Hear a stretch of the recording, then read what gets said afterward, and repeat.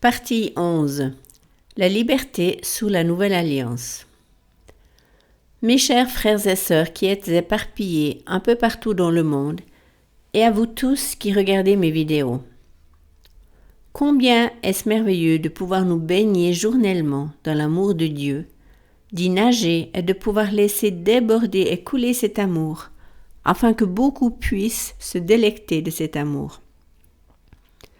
Finalement, c'est de cela qu'il s'agit dans la vie chrétienne. Aujourd'hui, j'aimerais parler de la liberté sous la nouvelle alliance.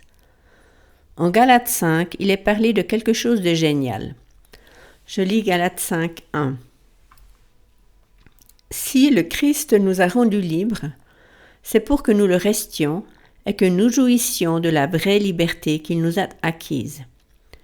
Par conséquent, tenez bon et n'allez pas vous replacer sous un joug. Refusez de vous laisser imposer les chaînes d'une nouvelle servitude. En d'autres termes, Christ nous a déjà libérés en Christ. Nous sommes libres. Libres du péché, libres de la loi, libres des règles, libres de devoir faire ceci ou cela, de ne pas oser faire ceci ou cela. Car nous sommes appelés à la liberté en Christ. La Bible nous dit aussi, là où est l'Esprit de Dieu, là aussi règne la liberté. Qu'est-ce que Jésus dit en prêchant ? Luc 14, 18 et 19, et dit « L'Esprit du Seigneur est sur moi, et il m'a oint pour annoncer aux captifs la liberté, et une année où le Seigneur accueille les hommes et leur accorde sa faveur. » Lorsque Jésus dit ici « Il m'a oint afin d'annoncer la liberté aux captifs », savez-vous ce que l'année du Seigneur était ? C'était la 50e année où tous les hommes étaient à nouveau libres. Chacun la retrouvait. L'esclave était libre, celui qui était endetté était libre. Ainsi Jésus vint et annonça cette année du Seigneur afin de tous les libérer. Tous ceux qui sont chargés et qui plient sous le poids du fardeau, ainsi que sous le joug du péché, ou encore de n'importe quoi dans la vie. Ils arrivent vers Jésus et disent « Waouh! Si j'arrive vers toi, Jésus, lorsque je suis chargé et fatigué, alors je me sens rafraîchi et réconforté. Et en plus, je suis libre du joug de l'esclavage, du joug du péché, du joug de l'échec et de tout ce qui me pèse dans la vie. » Ils réalisent cette liberté en Christ et en jouissent. Et que se passe-t-il très souvent ? Ils retombent malheureusement sous le joug de la religiosité, de la justice selon les œuvres, et font bien des choses afin d'être acceptés de Dieu. Un bon chrétien va au moins 3 fois par semaine à l'église, il paye ceci et cela, un bon chrétien donne la dîme, etc., etc. La liste peut être bien longue. Ceci ramène les gens sous un énorme joug. Ils grandissent de cette manière et savent que c'est pour la liberté que Christ nous a libérés. Ils connaissent aussi la nouvelle alliance et savent que Dieu ne les juge pas en fonction de leurs compétences ou de tout ce qu'ils arrivent à assumer ou pas. Mais Dieu nous regarde en conséquence de ce que Jésus-Christ a accompli et établi.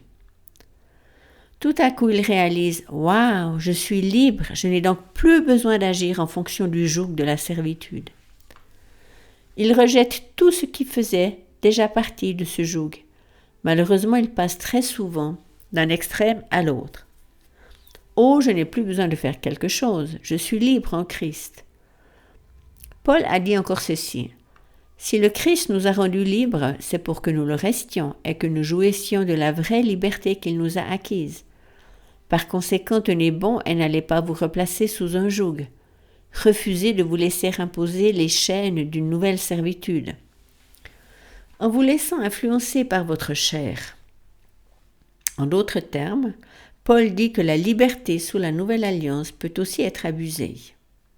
Comment cela se passe-t-il ?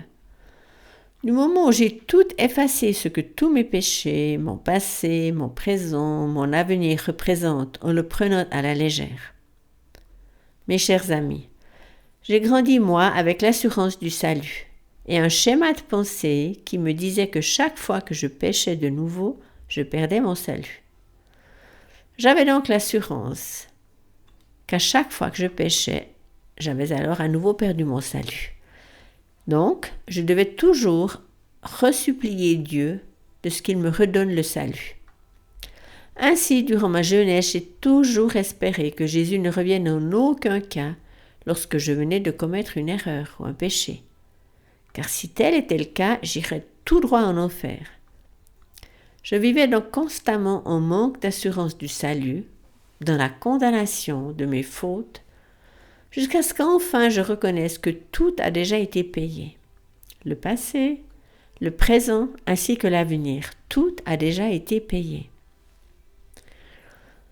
Tout a été payé pour tous mes péchés, ainsi qu'il n'y a plus rien à payer.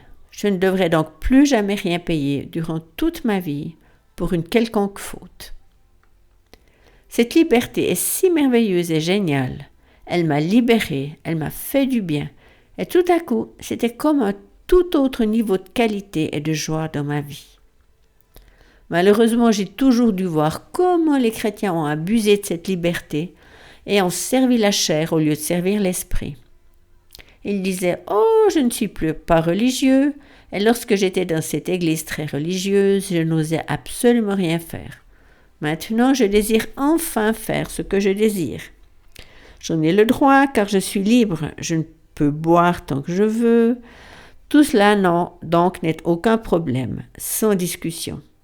Mais la Bible nous dit donc, ne vous enivrez pas de vin. Tu as le droit de boire, mais pas de t'enivrer, car à ce moment-là, tu as alors abusé de ta liberté. C'est justement là que nous abusons de notre liberté, en pensant « Oh, je suis libre et personne ne doit se mêler de ma vie privée. » Mais de cette manière, je peux aussi blesser d'autres personnes. Ceci est une arête très fine, très mince. Il est donc important de prendre garde de ne pas tomber de l'autre côté du cheval. On peut tomber des deux côtés du cheval. Aussi de ne permettre à personne de nous replacer sous un nouveau joug de l'esclavage. Par exemple, de nous replacer sous le joug de l'ancienne alliance. Nous devons insister pour rester dans la liberté de Christ sous la nouvelle alliance. Nous n'avons donc pas besoin de nous tenir au commandement, vu que nous sommes libres en Christ.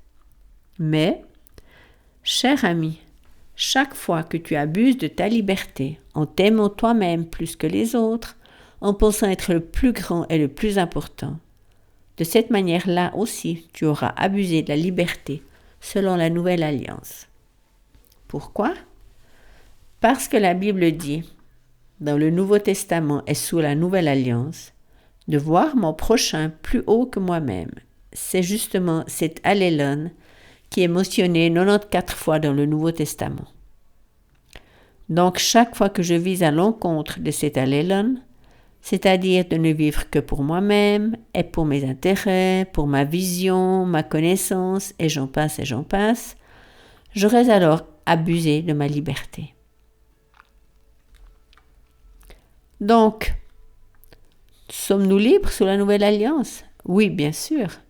Libres de la puissance du péché, libres de l'esclavage du péché, libres de notre nature pécheresse, libres de la pression de ce monde, libres de la loi. En Christ, nous sommes absolument libres. Nous pouvons donc vivre dans cette liberté sans devoir faire X choses afin d'être agréables à Dieu.